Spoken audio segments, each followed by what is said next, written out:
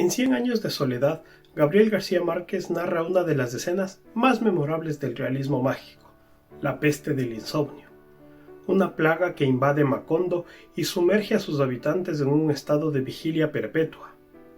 Con el tiempo, los afectados no solo pierden el sueño, sino también la memoria, hasta olvidar los nombres de las cosas y verse obligados a etiquetar los objetos para no perder por completo su identidad.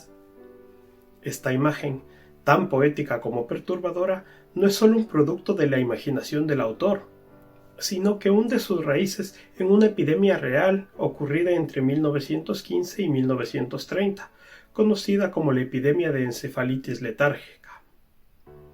Hoy hablaré sobre cómo esta epidemia del siglo XX inspiró uno de los episodios más emblemáticos de la literatura latinoamericana, sobre los paralelismos entre esta enfermedad real y la ficticia peste del insomnio, sobre cómo García Márquez retrataba a América Latina en su obra, y finalmente sobre cómo incluso las plagas más terribles pueden transformarse en arte. Cien años de soledad relata la historia de la familia Buendía, a lo largo de 7 generaciones en el pueblo ficticio de Macondo, fundado por José Arcadio Buendía y su prima y esposa Úrsula Iguarán. La novela, considerada una obra cumbre del realismo mágico, combina eventos históricos con elementos fantásticos, mientras narra la ascensión y decadencia de esta familia. Tras su fundación, y durante muchos años, Macondo es un pueblito como cualquier otro pueblo de América Latina. Sin embargo, un día surge un mal misterioso, al que llamaron la peste del insomnio. Esta enfermedad afecta primero a Rebeca, una niña adoptada por los Buendía, y luego se extiende por todo el pueblo. Los habitantes pierden progresivamente la capacidad de dormir, y con ello comienzan a olvidar los nombres de las cosas más cotidianas. Para combatir esto, José Arcadio Buendía implementa un sistema de etiquetas que identifiquen cada objeto, y luego añade descripciones más detalladas en un intento desesperado por preservar la memoria colectiva. Esta enfermedad era imposible de explicar y de curar. Aparentemente tenía un origen mágico.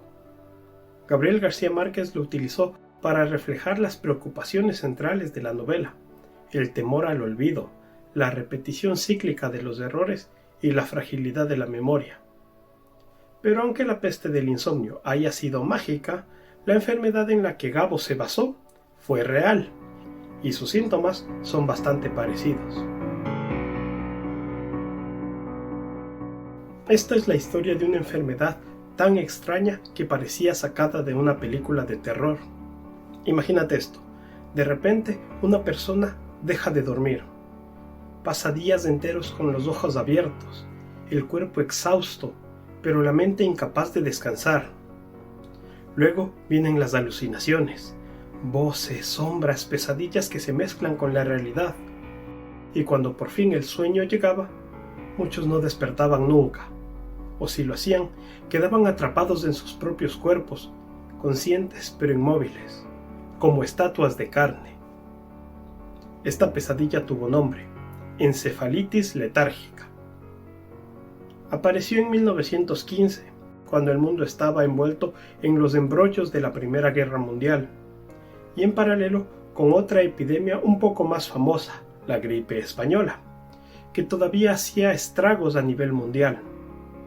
Fue como que si la naturaleza decidió mandar un tercer jinete del apocalipsis. Pero, ¿qué era exactamente esta enfermedad? Los médicos de la época quedaron desconcertados.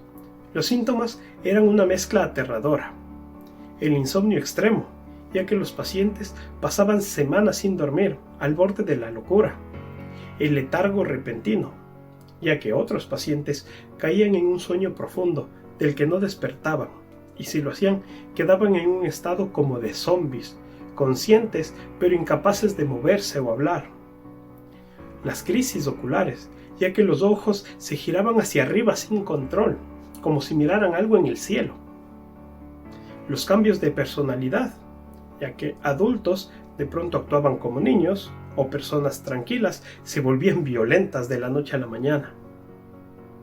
Lo más espantoso era que nadie sabía qué la causaba. ¿Un virus, una bacteria, una reacción a la propia gripe española? Hasta hoy sigue siendo un misterio médico. Una crónica de la época describe a una paciente de esta manera.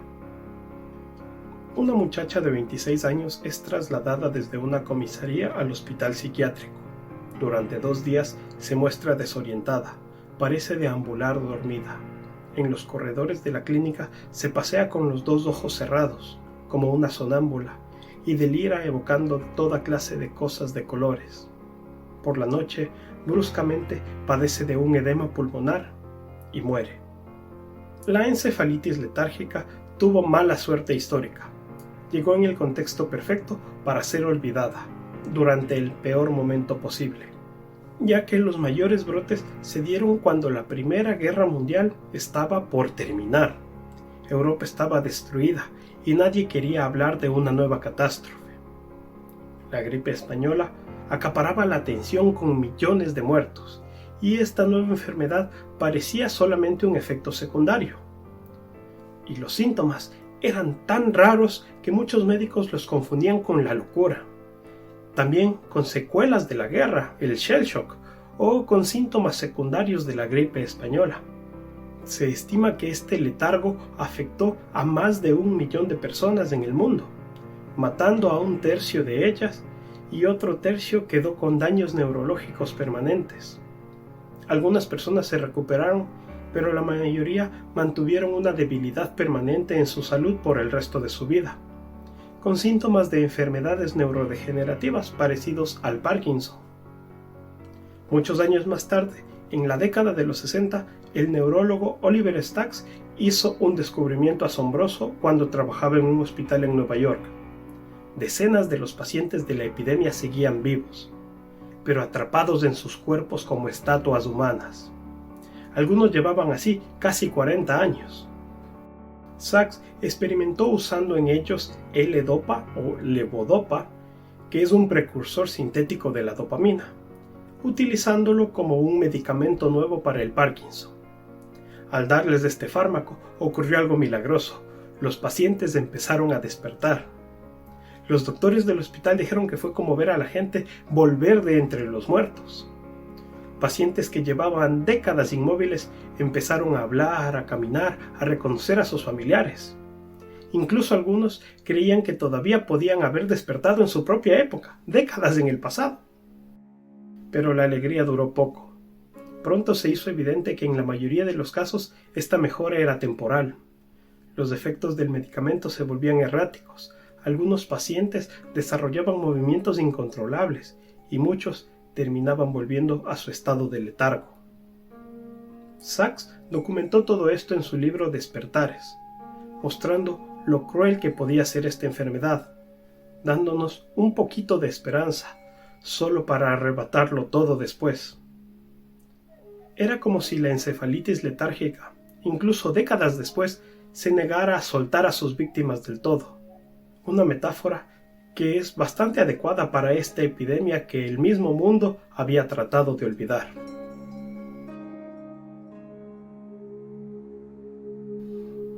La encefalitis letárgica y la peste del insomnio de 100 años de soledad son como hermanas separadas por el tiempo y la geografía, pero unidas por una esencia inquietante. Ambas enfermedades atacan lo más fundamental de la condición humana, el sueño y la memoria. En la novela, Gabriel García Márquez describe los síntomas con una prosa característica. Úrsula, que había aprendido de su madre el valor medicinal de las plantas, preparó e hizo beber a todos un brebaje de atónito, pero no consiguieron dormir, sino que estuvieron todo el día soñando despiertos. En ese estado de alucinada lucidez, no solo veían las imágenes de sus propios sueños, sino que los unos veían las imágenes soñadas por los otros. Era como si la casa se hubiera llenado de visitantes. Al principio nadie se alarmó, al contrario, se alegraron de no dormir, porque entonces había tanto que hacer en Macondo que el tiempo apenas alcanzaba. Trabajaron tanto que pronto no tuvieron nada más que hacer y se encontraron a las 3 de la madrugada con los brazos cruzados, contando el número de notas que tenía el valse de los relojes. Los que querían dormir, no por cansancio sino por nostalgia de los sueños, recurrieron a toda clase de métodos agotadores. Fue Aureliano quien concibió la fórmula que había de defenderlos durante varios meses de las evasiones de la memoria. La descubrió por casualidad. Insomne experto, por haber sido uno de los primeros, había aprendido a la perfección el arte de la platería. Un día estaba buscando el pequeño yunque que utilizaba para laminar los metales y no recordó su nombre. Su padre se lo dijo: Tas. Aureliano escribió el nombre en un papel que pegó con goma en la base del yunquecito. Tas. Así estuvo seguro de no olvidarlo en el futuro. No se le ocurrió que fuera aquella la primera manifestación del olvido, porque el objeto tenía un nombre difícil de recordar. Cuando su padre le comunicó su alarma por haber olvidado hasta los hechos más impresionantes de su niñez, Aureliano le explicó su método, y José Arcadio Buendía lo puso en práctica en toda la casa y más tarde lo impuso a todo el pueblo. Con un hisopo entintado marcó cada cosa con su nombre: mesa, silla, reloj, puerta, pared, cama, cacerola. Fue al corral y marcó los animales y las plantas: vaca, chivo, puerco, gallina, yuca, malanga, guineo. Poco a poco, estudiando las infinitas posibilidades del olvido, se dio cuenta de que podía llegar un día en que se reconocieran las cosas por sus inscripciones, pero no se recordara su utilidad. Entonces fue más explícito.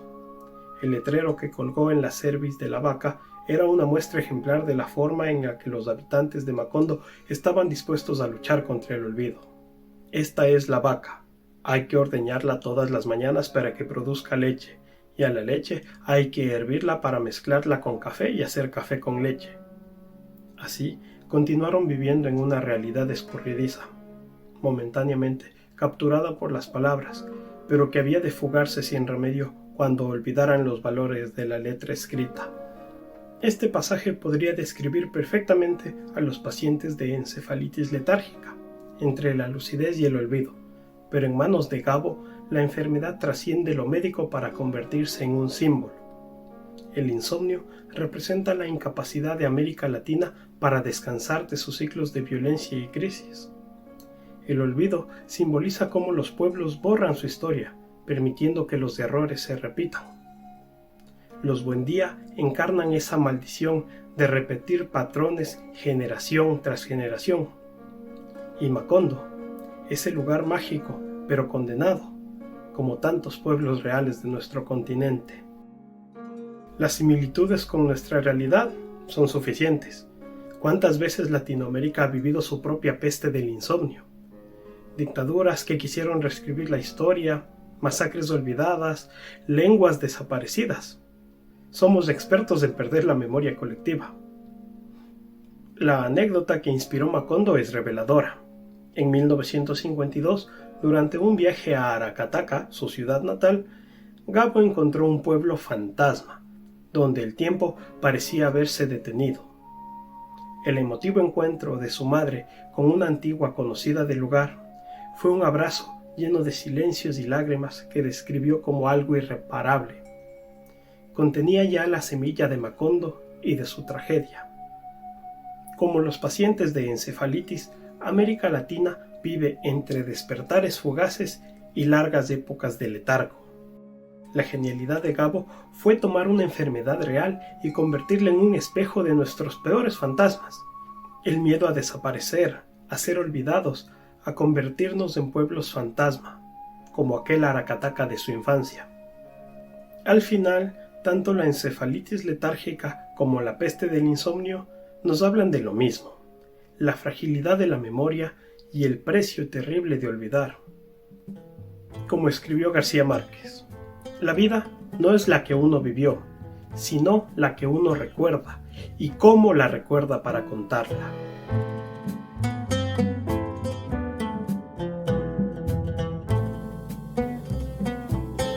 Aunque Gabriel García Márquez nunca mencionó directamente la encefalitis letárgica como inspiración para la peste del insomnio, los paralelos son innegables.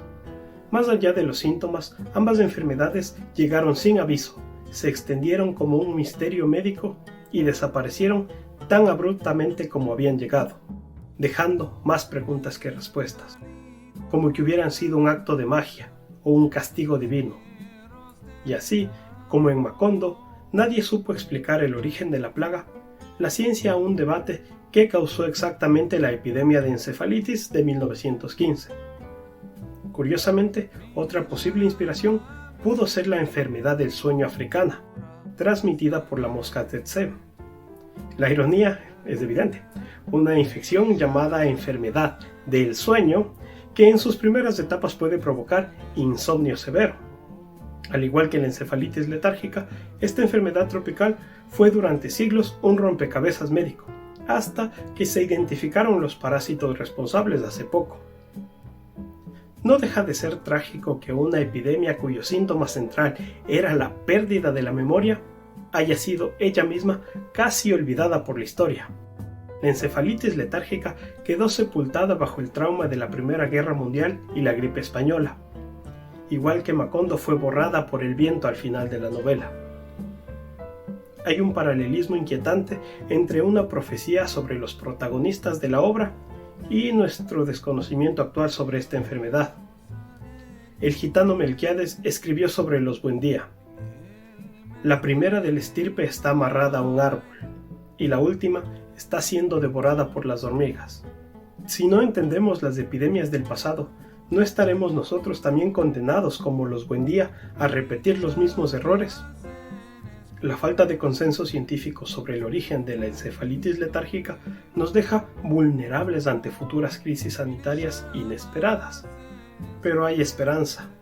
Avances recientes sugieren que un enterovirus podría haber sido el culpable, y hoy existen más herramientas para diagnosticar y tratar algunos casos de encefalitis letárgica.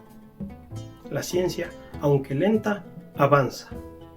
Como los personajes de Gabo, que etiquetaban los objetos para no olvidarlos, los investigadores siguen reconstruyendo las piezas de este rompecabezas médico. Quizá pronto logremos lo que Macondo no pudo: romper el ciclo, recordar lo aprendido y evitar que la historia se repita. Al final, tanto la literatura como la medicina nos enseñan la misma lección. Solo preservando la memoria de las palabras, de los síntomas, de nuestros errores, podemos escapar de la maldición de los Buendía. Porque una vez más, la vida no es la que uno vivió, sino la que recuerda. Y en este recuerdo está nuestra mejor defensa contra las plagas reales o literarias que aún puedan venir.